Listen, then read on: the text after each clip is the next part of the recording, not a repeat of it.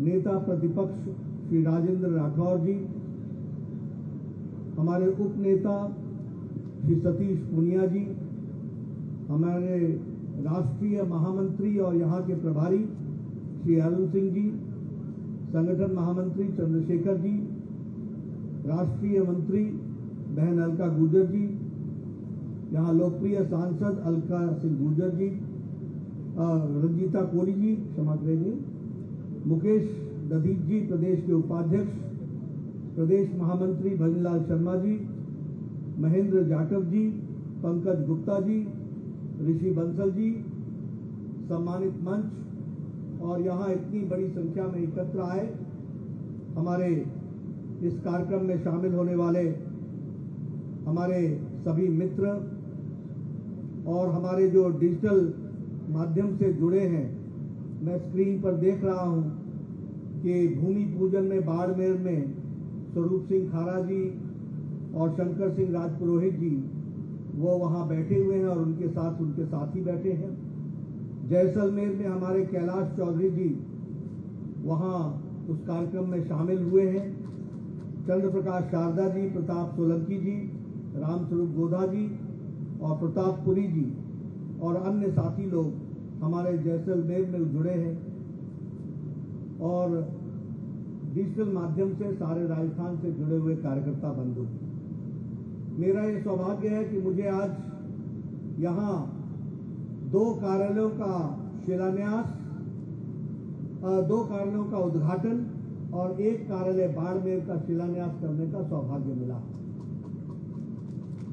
इसके साथ साथ आज 15 कार्यालय भारतीय जनता पार्टी के राजस्थान में समर्पित हो चुके हैं और 5 कार्यालय अगले 6 महीने से साल भर के अंदर बंद करके वो भी समर्पित होंगे। ऐसे शुभ अवसर पर जब भारतीय जनता पार्टी कार्यालयों का निर्माण कर रही है तो निश्चित रूप से हम सब के लिए बहुत ही खुशी की बात है और हम सब लोगों के लिए पार्टी को आगे बढ़ाने के लिए एक बहुत बड़ा एक मील पत्थर साबित होता है विकास की दृष्टि से। मित्रों, ये कार्यालय का निर्माण की बात ये ऐसे ही एकाएक नहीं हुई। जब 2014 में आदरणीय प्रधानमंत्री जी ने प्रधानमंत्री का पद संभाला तो उस समय हमारा कार्यालय 11 अशोक रोड नई दिल्ली होता था और वो कार्यालय में आए थे और कार्यालय में उन्होंने चर्चा करते हुए कहा कि क्या हम अभी भी सरकारी भवनों में ही अपना कार्यालय चलाएंगे। हमें सोचना चाहिए कि हमारा अपना कार्यालय होना चाहिए।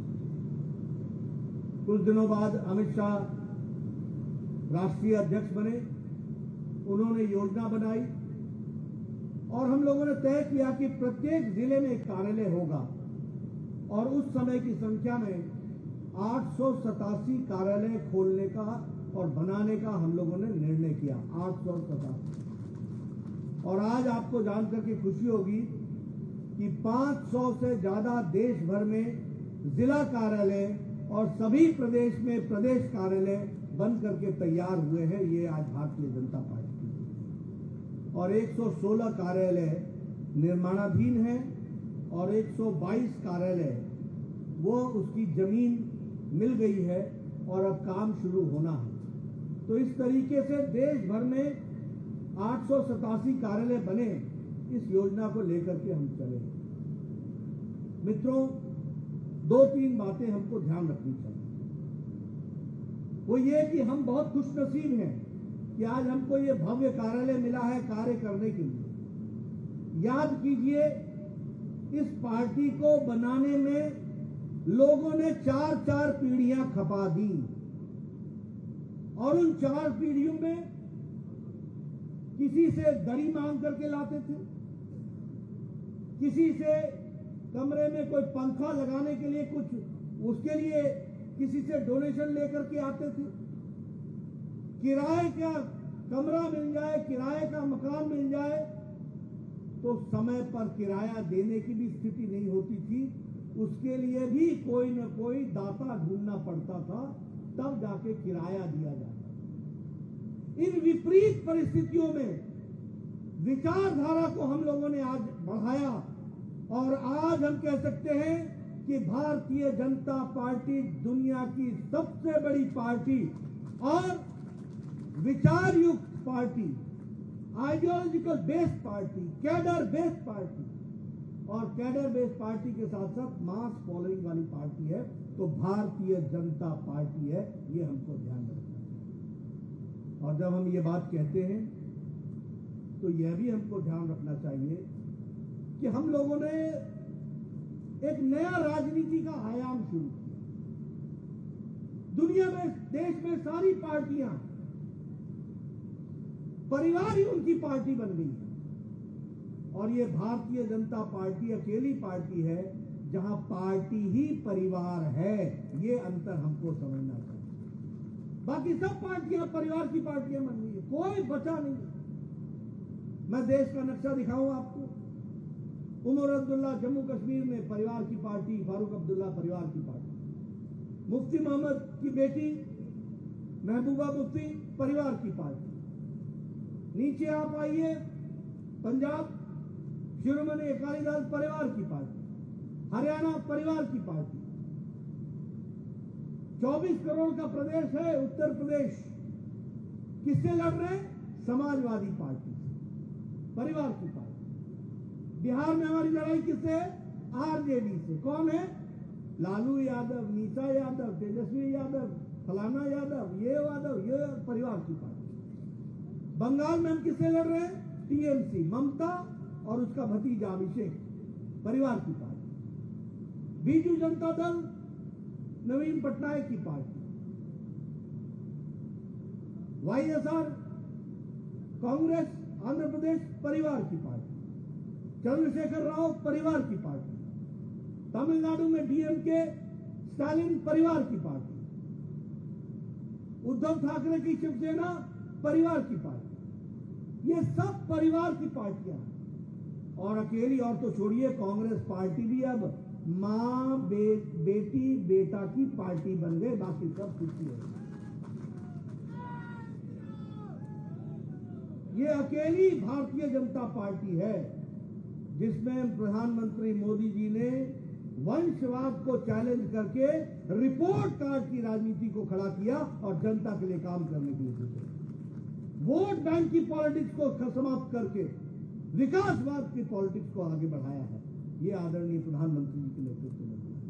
इसलिए मित्रों, हम बड़े भाग्यशाली हैं कि हम ऐसी पार्टी को बिलोंग करते हैं जहां परिवार, पार्टी ही परिवार है और सबको साथ लेकर के चलते हैं। मित्रों, मैं यहां एक बात और भी आपको बताना चाहता हूं कि यह जो कार्यालय है इसको हम ऑफिस नहीं कहते हैं, इसको हम कार्यालय बोलते हैं। क्यों कार्यालय बोलते हैं? ऑफिस 10 बजे खुलता है, 5 बजे बंद हो जाता है और कार्यालय 24 घंटा 24 आवर्स 7 डेज 365 डेज 24 घंटा 7 दिन 365 दिन ये खुला ही रहता है। इसके दरवाजे कभी बंद नहीं होते हैं। ये कार्यालय और ये संस्कार केंद्र, ये संस्कारों का केंद्र। यहां हमको संस्कार मिलते हैं पार्टी को आगे कैसे बढ़ाया जाए। और मैं जोशी जी से निवेदन करूंगा कि जोशी जी यहां एक रीडिंग सेक्शन जरूर बनाइए, पढ़ने का सेक्शन जरूर बनाइए और डिजिटल लाइब्रेरी को मजबूत कीजिए और भरतपुर का पूरा इतिहास अच्छी तरीके से उस लाइब्रेरी में रखा हो और कोई पार्टी का कार्यकर्ता भरतपुर के इतिहास से अनभिज्ञ नहीं होना चाहिए, उसको उसकी जानकारी होनी चाहिए। अच्छा रिसर्च सेंटर खोलिए, रिसर्च कीजिए। ये कार्यकर्ताओं को संस्कार लगने चाहिए। हम सत्ता में गद्दी पर बैठने के लिए नहीं आए हैं, गद्दी पर बैठने के लिए नहीं, लोगों की सेवा करने के लिए आए हैं और तस्वीर और तकदीर बदलने के लिए आए। इसलिए एक समय था हम ये व्यवस्था नहीं कर सकते। आज आपके पास कॉन्फ्रेंस रूम है, आज पदाधिकारियों के लिए कमरा है, आज जिला अध्यक्ष के लिए अलग कमरा है, हॉल अलग से है जिसमें आप बैठक कर सकते हैं और 100-50 लोगों के साथ वार्तालाप कर सकते हैं। इसका सदुपयोग करते हुए संस्कार केंद्र के माध्यम से लोगों को अच्छे संस्कार दिए जाएं और कार्यालय उसमें उपयोग में आए, ये मेरी इच्छा है और इसको आप जरूर पूरा कीजिए ताकि कार्यकर्ताओं में संस्कार आ। दूसरी बात, अगर मैं बात करूं तो हमको यह भी ध्यान रखना चाहिए कि आज आदरणीय प्रधानमंत्री मोदी जी के नेतृत्व में आज किस तरीके से परिवर्तन आया है। देखिए, 2014 के पहले भारत एक भ्रष्टाचारी राज्य के रूप में देखा जाता था दुनिया में। करप्ट स्टेट, करप्ट नेशन, घोटाले पे घोटाला, 2G, 3G, 4G, घोटाले पे घोटाला, लैंड स्कैम, पनडुब्बी स्कैम, पानी के अंदर नहीं छोड़ा, गगन में नहीं छोड़ा, धरती पर नहीं छोड़ा, कोयला स्कैम, अलकतरा स्कैम, एक पर एक घोटाले। प्रधानमंत्री मोदी जी के आने के बाद दुनिया में भारत का डंका बजा और दुनिया में भारत की थाती बनी। इस बात को भी हमको ध्यान रखना है। देखिए, मैं आपको समझाना चाहूंगा। देखिए, आज से 2014 के पहले जब भी कोई अंतर्राष्ट्रीय नेता भारत के बारे में चर्चा करता था तो वो हमेशा कहता था India and Pakistan, India and Pakistan. मतलब हमको दोनों को साथ रख करके ये लड़ने वाले दो देश हैं, ये इंडिया एंड पाकिस्तान। इस तरीके से हमारे को अंतर्राष्ट्रीय भाषा में हमारे बारे में संबोधन होता था। 2014 के बाद, मोदी जी के आने के बाद इंडिया की चर्चा जब होती है तो इंडिया इंडिया है, पाकिस्तान कौन हो गया, कोई चर्चा नहीं करता पाकिस्तान को, और भारत से जोड़ना समाप्त हो गया। 2014 से पहले जब कोई भारत का प्रधानमंत्री अमेरिका जाता था तो क्या चर्चा करता था? टेररिज्म, क्रॉस बॉर्डर टेररिज्म,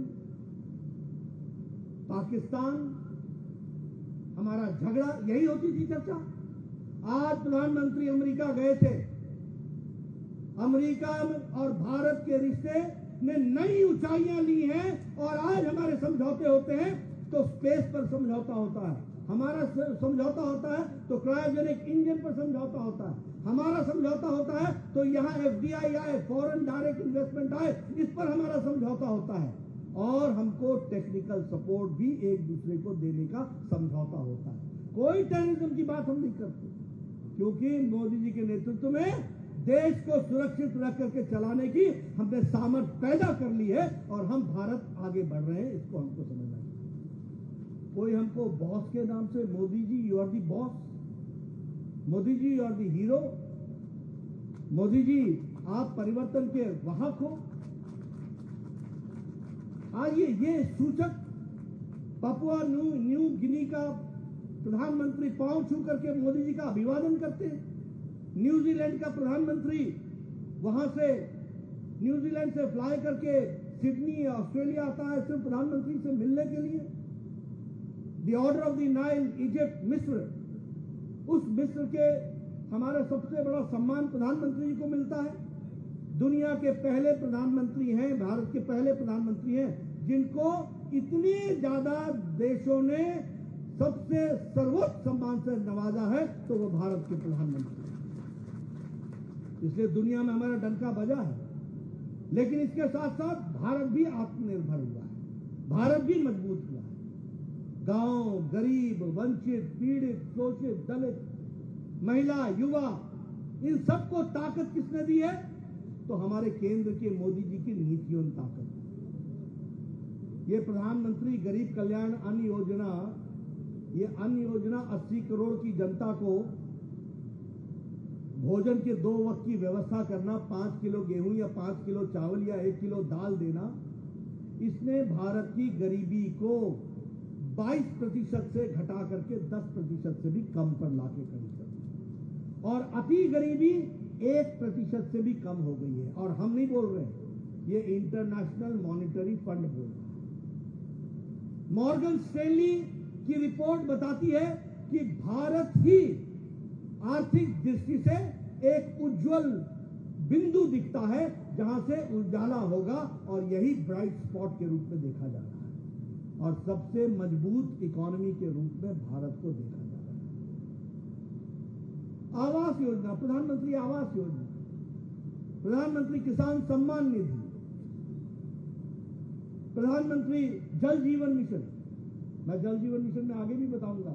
हमारे गजेंद्र शेखावत जी जल जीवन मिशन में सबसे ज्यादा पैसा राजस्थान को दिया गया, और दुख के साथ बताना पड़ता है कि सबसे पुअर परफॉर्मेंस राजस्थान की है। सबसे ज्यादा पैसा दिया गया जल जीवन मिशन, और सबसे पुअर परफॉर्मेंस ये 29वें नंबर पर खड़ी है गजेंद्र, 29 नंबर पे, 32 में से 29वां, 32 प्रदेशों में 29वां नंबर है, नीचे से 29वां नंबर। ये स्थिति आकर की है। इसलिए मित्रों, और मैं चाहूंगा आप सब लोग इन आंकड़ों को ध्यान में रखो, याद रखो, लोगों को बताओ। और इसीलिए मैं एक बात आपको जहां बधाई देता हूं, जैसलमेर के दृष्टि से वहां नया कार्यालय बना है। जब वहां जाऊंगा तो उस कार्यालय को अवलोकन करूंगा। अगली बार तक आऊंगा तो बाड़मेर में भी कार्यालय बन जाएगा। वहां के सभी कार्यकर्ताओं को मेरी शुभकामनाएं और बधाई। लेकिन मैं एक बात आपसे कहना चाहता हूं कि अगर प्रधानमंत्री मोदी जी इतना कुछ राजस्थान के लिए कर रहे हैं, तो ये प्रदेश जो भ्रष्टाचार में आगे, ये प्रदेश जो रेप में नंबर 1 पर खड़ा है, महिला उत्पीड़न हो रही है, जहां भ्रष्टाचार आकंठ डूबा हुआ प्रदेश है, आने वाले समय में यहां नीचे भी कमल खिलना चाहिए और भारतीय जनता पार्टी को आगे आना। बताइए, करेंगे ना? करेंगे ना? करेंगे? करेंगे?